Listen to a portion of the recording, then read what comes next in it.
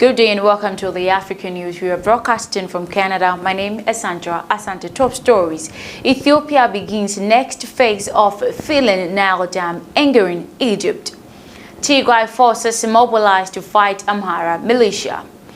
The flight of civilians in Ethiopia's Tigray region never-ending war.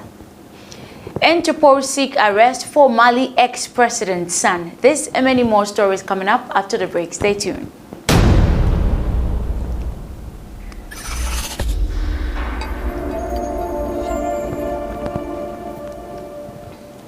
You're welcome back from the break. Thank you so much for staying with me. To our first story, forces in Ethiopia's Tigray region are preparing for a new conflict with militia from the neighboring Amhara province, report says. Eyewitnesses in Tigray have spoken about the long convoys of fighters loyal to the Tigray People's Liberation Front, the TPLF, heading westwards, the UK's Guardian newspaper report. Amhara militias have supported Ethiopia's federal troops, who last week declared a unilateral ceasefire and pulled out of Tigray's regional capital, Mekelle, and dozens of other towns. Ethiopian Prime Minister Abiy Ahmed initially said the withdrawal was a strategic move, but he later confirmed it was to avoid further casualties. The conflict has left thousands of people dead and millions homeless. We are still in Ethiopia, and Ethiopia says it has started the next phase of filling a controversial mega dam on the Nile River, Egyptian authorities said Monday, raising tensions ahead of the upcoming UN Security Council on the issue.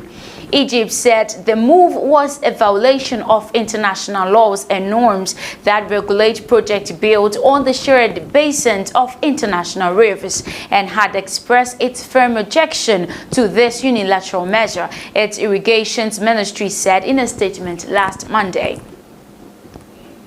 The Grand Ethiopian Renaissance Dam, which is said to be Africa's largest hydroelectric project when completed, is the source of an almost decade-long diplomatic standout between Addis Ababa and the downstream nations Egypt and Sudan.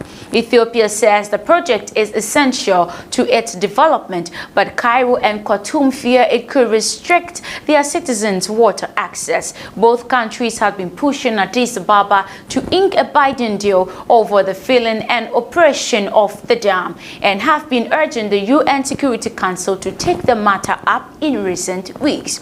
Thursday's meeting was requested by Tunisia on Egypt and Sudan's behalf, a diplomatic source told AFP. But France's ambassador to the UN said last week that the council itself can do little apart from bringing the sides together.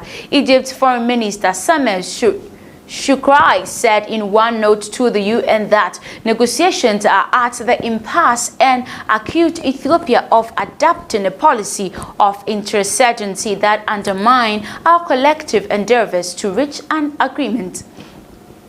Addis Ababa, on the other hand, had previously announced it would proceed to the second stage of filling in July, with or without a deal. The Nile, which is at most 3,700 miles, that is 6,000 kilometers, is one of the longest rivers in the world. It's an essential source of water and electricity for dozens of countries in East Africa. Egypt, which depends on the Nile for about 97% of its irrigation and drinking water, sees the dam as an existential threat. Sudan hopes the project will regulate annual flooding, but fears the dam would be harmful without agreement on the Ethiopian operation. The 145 meters, that is 475-foot mega dam, on which construction began in 2011, has a capacity of 74 billion cubic meters. Filling began last year, with Ethiopia announcing in July 2020 it had hit its target of 4.9 billion cubic meters, enough to test the dam's first two turbines, an important milestone on the way towards actually producing energy.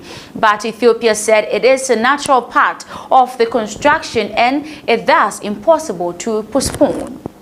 We are still in Ethiopia, and for the past 8 months in Ethiopia's northern Tigray region, the country's federal army, backed by the Eritrean soldiers and neighboring regional Amhara forces, has been battling the Tigray People's Liberation Front. The fighting has left thousands of people dead and more than 2 million displaced. Humanitarian organizations are confronted with multiple obstacles to access the region's remote areas.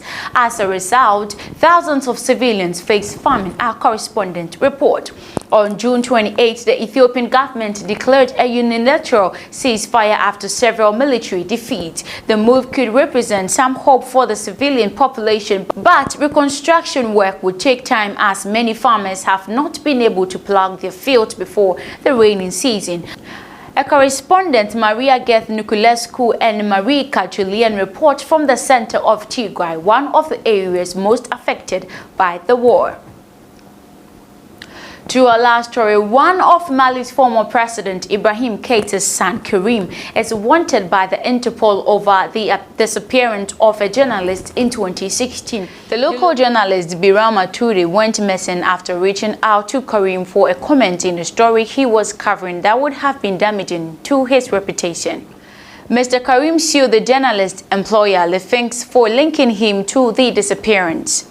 The court in Mali dismissed the case, but the magazine's editor went to exile. Mr. Karim escaped arrest by soldiers who asked his father in August 2020. He is said to be living in Ivory Coast. Thank you so much for joining me for the African News. My name is Sandra Asante. You should have a beautiful day.